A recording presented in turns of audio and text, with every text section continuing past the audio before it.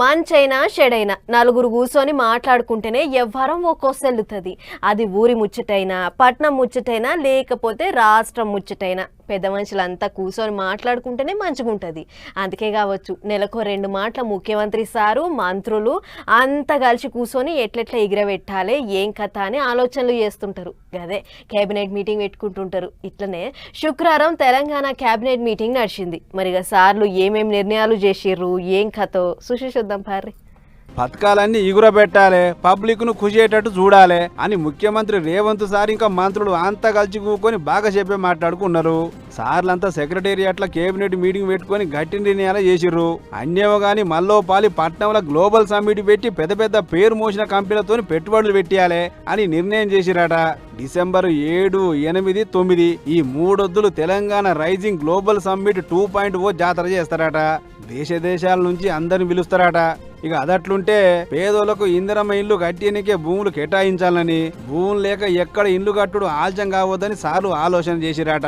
ఇక లోపల ఏవే ముచ్చట్లు నడిచినో మంత్రి పొంగులేటి సారే చెప్పుకొచ్చిండు చూడురే. గౌరవ ముఖ్యమంత్రి రేవంత్ రెడ్డి గారు, ఆ శాఖ మంత్రి వర్యులు ఉత్తమ్ కుమార్ రెడ్డి గారు ప్రారంభిస్తారు 2 గంటలకి.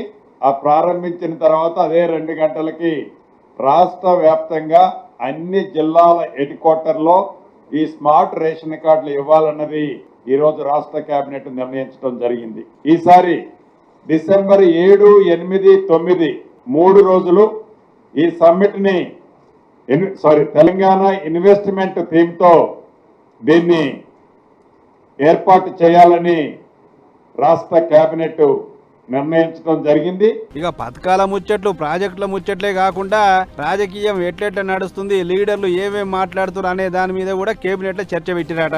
ఎట్లా పడితే అట్లా మాట్లాడుతున్నారు అని సొంత పార్టీల మీదనే సీఎం సార్ మస్తు నారాజ్ అయిందట. అందరేమో గాని మునుగోడు ఎమ్మెల్యే రాజగోపాల్ రెడ్డి సార్ ఎవ్వారం కూడా కేబినెట్ లో చర్చకు వచ్చిందట. మునుగోడును ఎలుగులో చేసేందుకు సాలిని పైసలు ఇస్తున్నాం, బిల్లులన్నీ ఎప్పటికప్పుడు చెల్లిస్తూనే ఉంటుంది, మరి ఏమిటికి తాపగోపాలి రచ్చకెక్కుతాడు అని పెద్ద సారు గట్టిగానే మాట్లాడినట. పార్టీ లైన్ దాటితే చూసుకుంటా ఊకోం అని హెచ్చరికలు చేసిండు. మరి అంత చూస్తా అంటే ఈసారి తెగేదాకా పోయేటట్టే ఉన్నది పంచాది అని అనుకుంటారు చాలా మంది. ఇంకో ముచ్చట ఏంటంటే ఓటర్ లిస్టులు సగబెట్టే కార్యంలో చాలా మంది లీడర్లు లాపర్వ చేసిరని, పెద్దగా పట్టించుకుంటలేరని కూడా మాట్లాడినట ముఖ్యమంత్రి.